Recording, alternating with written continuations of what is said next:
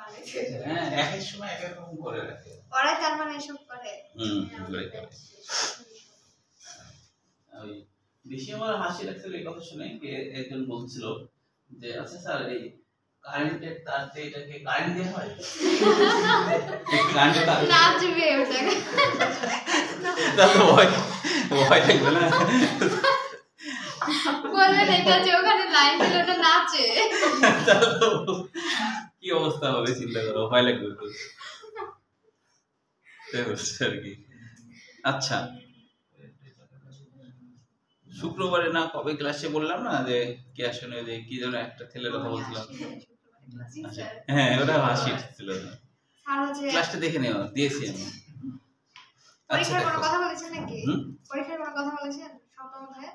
পরীক্ষার কথা বলিনি। সপ্তম অধ্যায়ে একটা পরীক্ষা নিতে নেওয়া হয়নি পরীক্ষা না? ও নেওয়া হয়নি। ওটা নিয়ে সপ্তম অধ্যায়ে। ও তাহলে কবে পরীক্ষা দিবা? বলো তো কবে? এই সামনে শুক্রবারে? না না, সামনে শুক্রবারে দিলে হবে না। ওই বলতে হবে তো আগে, পরে শুক্রবারে বলতে হবে, নাহলে জানবে না। বলে টুলে তারপরে শুক্রবারে। হ্যাঁ, তখন বলবে জানি না, তাই বলবে। কলেজের পরীক্ষা চলে আসবে। কবে পরীক্ষা হবে কলেজে? হয়তো সেপ্টেম্বরের। ও তাহলে এই মাসেই পরীক্ষা হয়ে যাবে সব, সমস্যা নেই।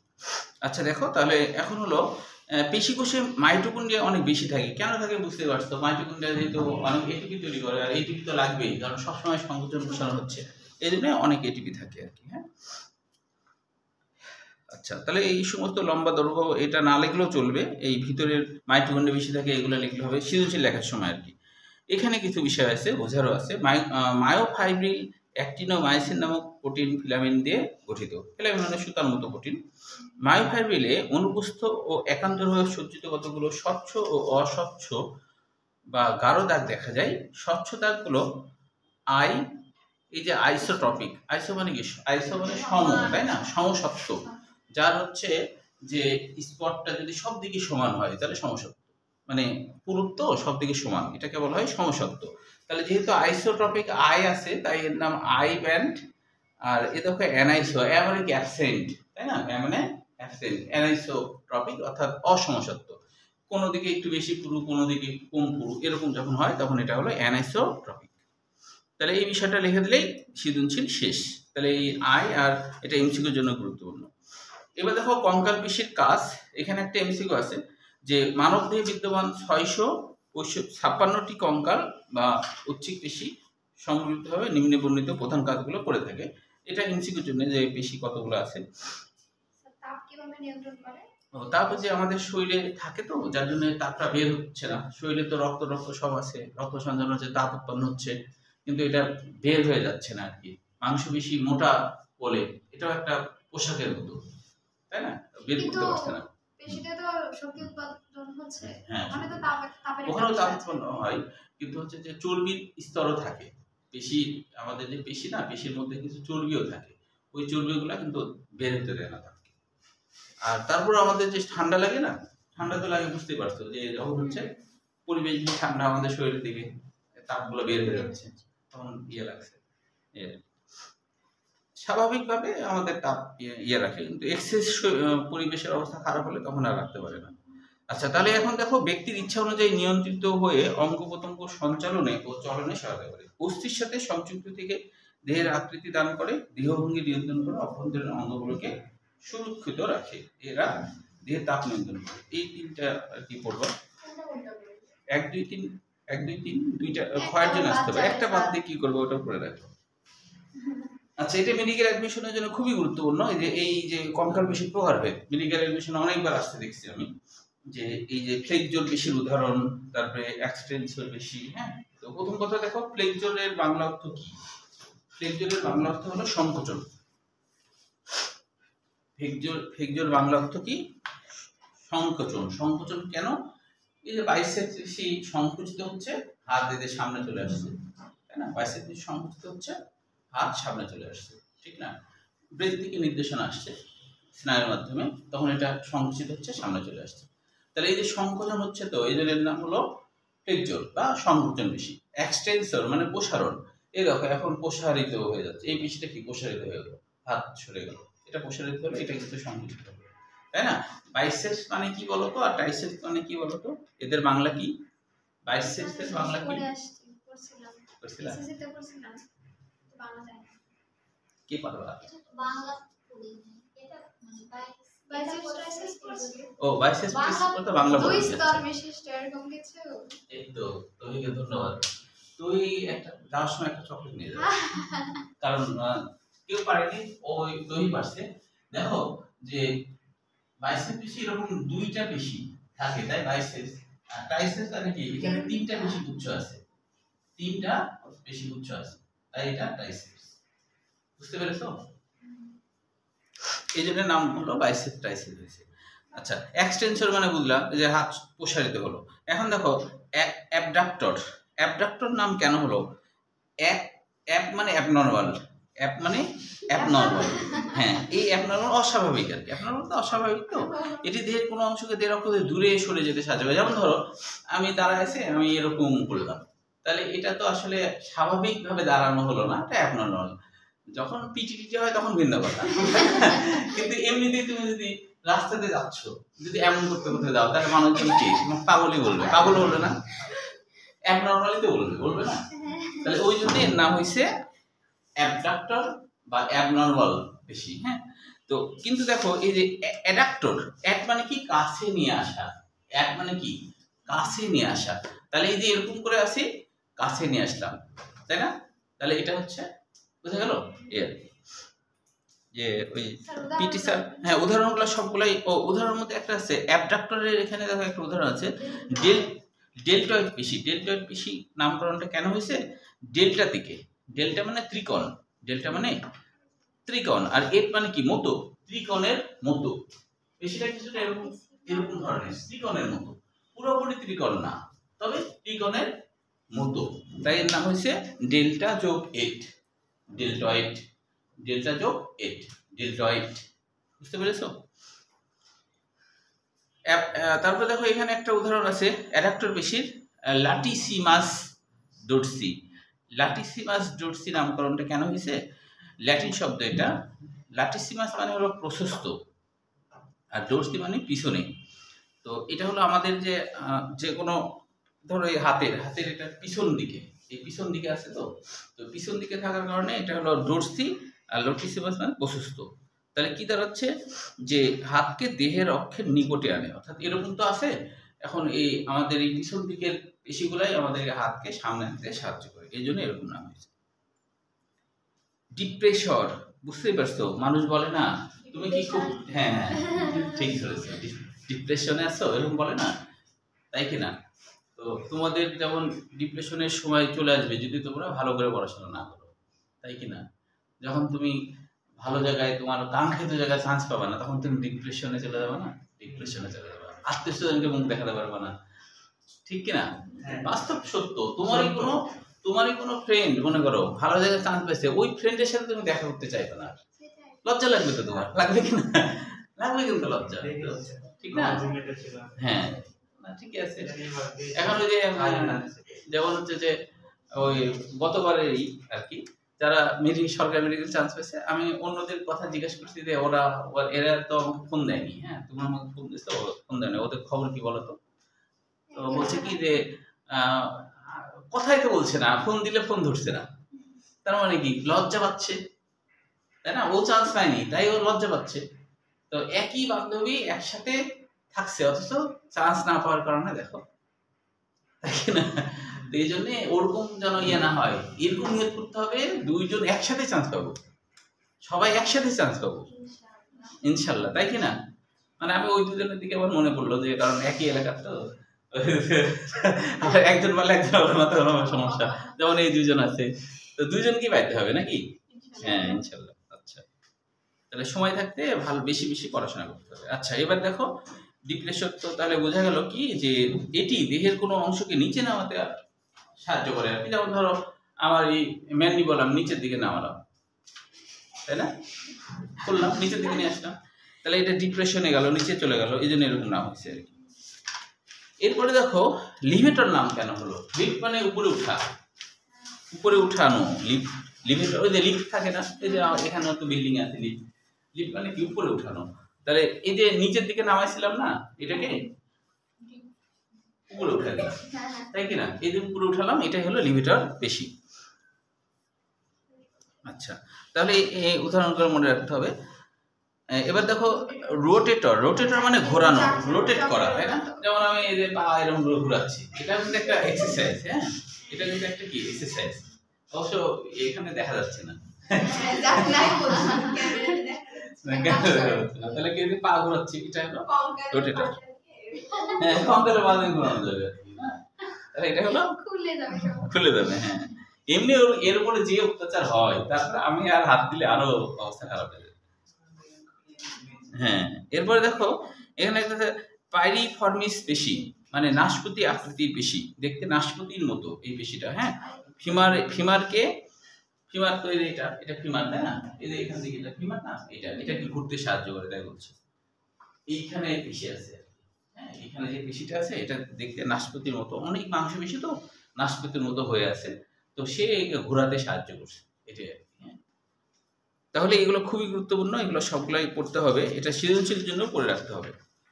এবার দেখো যে অনুচ্ছিক মসৃণ পেশি, তো এখানেও কিন্তু 4টা নাম আছে। যদি ওটা মনে রাখতে পারো তাহলে এটা মনে না রাখলেও খুব একটা সমস্যা না, তারপরেও যদি ছন্দের মাধ্যমে মনে রাখতে চাও তাহলে এভাবে মনে রাখতে পারো। এবার একটু অন্য কথা, অমর ভিসেরাল পেশি, অমর ভিসেরাল পেশি, ভিসেরাল পেশিটা অমর, তাহলে এখানে দুটো অ আছে, স্কয়ার দিচ্ছি, তাই তারপরে হলো ম র, না ম পর্যন্ত শেষ, দুটো অ আছে, এই জন্য অমরের এখানে স্কয়ার দিলাম। হ্যাঁ, তাহলে হলো স্বরেয়তে অনুচ্ছিক হয়, স্বরেয়তে অরৌখিক হয়, আর অমর আর কি মতে হয় মসৃণ, আর ভিসেরাল পেশি ভিসেরাল পেশি।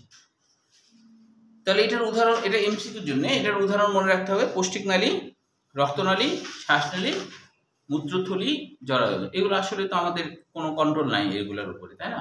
পৌষ্টিক নালী যে সংকোচন প্রসারণ হয়, এটা আমরা কিন্তু জানি না, তাই না? হ্যাঁ হ্যাঁ, ডাইজেস্ট হচ্ছে, কাগজথলি কিন্তু সংকোচন হচ্ছে, প্রসারণ হচ্ছে, তাই না? একবার এরকম হচ্ছে, একবার এরকম হচ্ছে, একবার ব্যাকা ভাবে হচ্ছে, কত কি হচ্ছে আমরা কিন্তু কিছুই জানি না। আমরা জানছি ভিতরে কি হচ্ছে না হচ্ছে, মেশিন কিন্তু চলছে অথচ আমরাই জানি না, সারাক্ষণ মেশিন চলছে না, আমরা কিছুই জানছি না। তাহলে এই যে আমাদের অনৈচ্ছিক, আমাদের ইচ্ছার সাথে এটা কোনো জড়িত না, এই জন্য এর নাম হলো অনৈচ্ছিক। ভিসেরাল মানে আসলে নরম অঙ্গ সমূহ বোঝায় এবং ভিতরে থাকে সাধারণত, এরকম কিছুকে আমরা ভিসেরাল বলি। এখানে এমসিকিউর জন্য গঠনে দেখো, কোষগুলো অপেক্ষাকৃত ক্ষুদ্র, দৈর্ঘ্যে 15 থেকে 200 মাইক্রোমিটার, চওড়া ব্যাসের, চওড়া অংশের ব্যাস হলো 8 থেকে 10 মাইক্রোমিটার, এটুকু পর্যন্ত বললেই হবে। এরপরে হৃদপেশি, এটাও এমসিকিউর জন্য। হৃদপেশির মধ্যে গুরুত্বপূর্ণ হচ্ছে যে এখানে আছে দেখো কোষগুলোর দৈর্ঘ্য কত, প্রস্থে কত, আর হচ্ছে এদের ডিম্বাকার নিউক্লিয়াস থাকে, কোষের মাঝখানে একটি ডিম্বাকার নিউক্লিয়াস থাকে। আর ইন্টারক্যালেটেড ডিস্ক কাকে বলে, এটাও মানে জ্ঞানমূলক কোশ্চেন হিসেবে পড়ে রাখতে হবে। ইন্টারক্যালেটেড ডিস্ক এর বাংলা অর্থ কিন্তু ইন্টারক্যালেটেড, যেটা এর বাংলা অর্থ সন্নিবেশন বা সংযুক্তকরণ, সন্নিবেশন, সন্নিবেশন বা সংযুক্তিকরণ, সংযুক্তিকরণ। ইন্টারক্যালেটেড কথাটা আসছে ইনসার্ট থেকে। হ্যাঁ, ইনসার্ট থেকে, ইনসার্ট মানে সংযুক্তকরণ। তাহলে কি বলছে যে দুইটি কোষের সংযোগস্থলে সার্কুলেমা ঘন সন্নিবিষ্ট হয়। মনে করো এখানে একটা কোষ, এখানে আরেকটা কোষ, তো এই জায়গায় ঘন সন্নিবিষ্ট হয়, তাই না? নাহলে তো হৃদপেশি তো সারাক্ষণ সংকোচন প্রসারণ করছে, তাই না? একটা মানুষের 6 সপ্তাহ থেকে শুরু হয় এবং মৃত্যুর মানে যেদিন মৃত্যু হবে তার আগ পর্যন্ত ও থামবে না, থামবে না, ওই থামলে তো তুমি থামে যাবে, ঠিক কি না? ঠিক না? তো এই জন্য এর তো মজবুত হওয়া লাগবে। তাহলে ইন্টারক্যালেটেড ডিস্ক কাকে বলে, এটা আমরা জ্ঞানমূলক কোশ্চেন হিসেবে করব। এইখানে দেখো 5000 মাইটোকন্ড্রিয়া থাকে, কারণ এটা কিন্তু খুব ফাস্ট সংকোচন প্রসারণ হয়। একটা কথা মনে রাখবা, অনুচ্ছিক পেশি আর হৃদপেশি এর মধ্যে মেইন পার্থক্য কি, এটাও যে বলতে পারবা, তার জন্য আরেকটা চকলেট থাকবে, চকলেট আছে কিন্তু আসলে ভাই, যে মানে অনুচ্ছিক পেশিও সংকোচন প্রসারণ হয় অনিচ্ছাকৃত, মানে আমাদের ইচ্ছার বাইরে, যে হৃদপেশিও আমাদের ইচ্ছার বাইরে যে সংকোচন প্রসারণ হয়। তাহলে এই দুটার মধ্যে পার্থক্যটা কি? দুটাই তো আসলে এক ধরনের অনৈচ্ছিক, কারণ আমাদের ইচ্ছাতে এটা হচ্ছে না।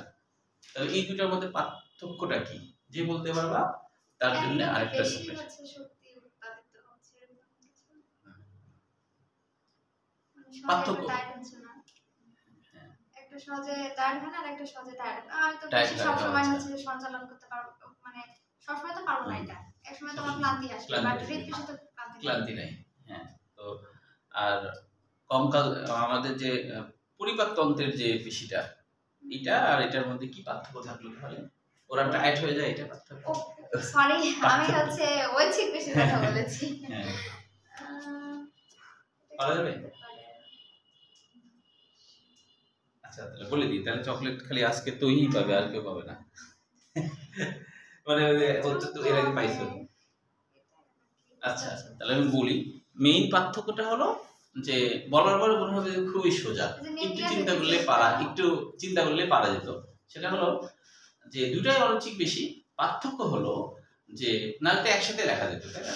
মানে অনৈচ্ছিক বেশি তো হৃদপেশিও পরিবর্তন তো অনৈচ্ছিক, একসাথে লেখা যেত, আলাদা কার লেখছে। হৃদপেশির সংকোচন প্রসারণ অনৈচ্ছিক হলেও এটা খুব ফাস্ট, আর পরিবর্তনের সংকোচন প্রসারণ অনৈচ্ছিক কিন্তু খুব স্লো।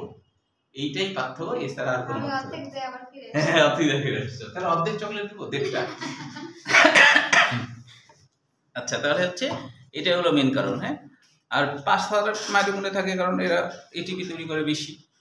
এখন এই পার্থক্যগুলো এমসিকিউ মূলত, তারপরেও সৃজনশীল হিসেবেও করে রাখা ভালো, আসেনি কখনো, কিন্তু যদি দেয় প্রথম 6টা আর 12 নম্বরটা গুরুত্বপূর্ণ, প্রথম 6টা আর 12 নম্বরটা, প্রথম 6টা আর 12 নম্বর এটা গুরুত্বপূর্ণ।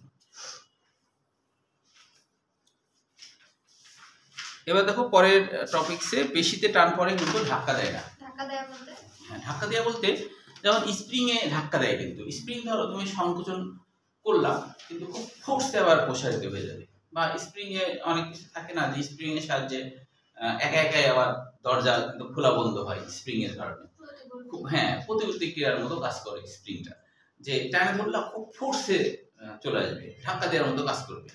তো এটা বলছে যে আমাদের ক্ষেত্রে যেটা হয় যে ধাক্কা দেয় না, যখন তুমি হাত ধরো, তুমি কপালে তুলতে চাচ্ছ, হ্যাঁ, তো হাত কপালে তুলছো, ধীরে ধীরে এসে কপালে উঠলো, কিন্তু এরকম হাত স্প্রিং এর জাতীয় কিছু হলে ফোর্সের কারণে মনে করে লেগে যাবে, হ্যাঁ এরকম। তো তো আমাদের হাত তো এরকম না যে আমি কপালে তুলতে জোরে করে লেগে গেল, তাহলে তো হাত কপালে তোলা যেত না, কত ঝামেলা, তাই না? খালি বারবার থাপ্পড় খেতে হতো, ঠিক না? তারপরে দেখা যাচ্ছে তুমি পা দিয়ে শর্ট মারতে জোরে করে এরকম হয়ে যাচ্ছে, তাই কি না? আবার জোরে করে কাজে চলে আসছে, এরকম অনেক ঝামেলা হতো না। তো বলছি যে এটা আমাদের পেশিটা জাস্ট টান টান হয় কিন্তু ধাক্কা দেয় না, এটা বলতে চাচ্ছি, হ্যাঁ, যে পেশিটা জাস্ট টান টান হয়, ধাক্কা দেয় না। এখানে লিখতে হবে কিন্তু ব্যাখ্যাটাই শুধু, এটা কিন্তু বোর্ড পরীক্ষায় ক্ষয়ের জন্য আসছে, গয়ের জন্য আসছে। তো ক্ষয়ের জন্য আসলে এত বড় লিখতে হবে না, গয়ের জন্য আসলে এই ব্যবহারিক আগ পর্যন্ত লিখতে হবে, বানায় লিখতে পারবা। তবে এখানে আগে কিছু কথা জানতে হবে, যেমন এখানে দেখো অ্যান্টাগনিস্টিক পেশি, এগুলো কিসের অন্তর্ভুক্ত? হ্যাঁ। এই দুটো পেশি, এই দুটো পেশির কথা বলছে, যে এই পেশিগুলো হচ্ছে জানলে তুমি ব্যাখ্যাটা বুঝতে তোমার সুবিধা, এই জন্য এই পেশি দুটো দিয়েছে। এই পেশিগুলো ওই বাইসেপস আর ট্রাইসেপস পেশিতে থাকে, এই পেশিগুলো বাইসেপস ট্রাইসেপসে থাকে। তো এটার নাম কেন অ্যান্টাগনিস্টিক পেশি হলো? এর বাংলা অর্থ হলো একে অপরের বিরোধী পেশি। এর বাংলা অর্থ হলো একে অপরের বিরোধী পেশি। সেটা কি? বাইসেপস আর ট্রাইসেপস একে অপরের বিরোধী পেশি, এই জন্য এর নাম হলো অ্যান্টাগনিস্টিক পেশি। এই জন্য এর নাম কি? অ্যান্টাগনিস্টিক পেশি, একে অপরের বিরুদ্ধে পেশি, বিরোধী পেশি। এবং এরা জোর অবস্থায় আছে, এখানে এখানে দুই জায়গায় আছে, তাই না? একে অপরের বিরুদ্ধে কেন? কারণ দেখো একটা পেশি যখন সংকোচন হচ্ছে, প্রসারণ হচ্ছে, একসাথে দুইজন কাজ করতে পারবে? পারবে না। এই জন্য এইসব পেশিকে বলা হচ্ছে অ্যান্টাগনিস্টিক পেশি। বুঝা গেল কি? এই ব্যাখ্যা লেখার সময় এই কথাটাও ফাঁকে লিখে ফেলবা, তাহলে একটু বড় হবে, এটা বানায় লিখতে পারবা। এখানে তেমন কিছু নাই। দেখো যে অ্যান্টাগনিস্টিক পেশির কথা বলছে মূলত ওই বাইসেপস আর ট্রাইসেপসকে, হ্যাঁ, যে এই যে এখানে আছে না ফ্লেক্সর এবং এক্সটেনসর, সেটা তো আসলে ফ্লেক্সর মানে সংকোচন, এক্সটেনসর মানে প্রসারণ।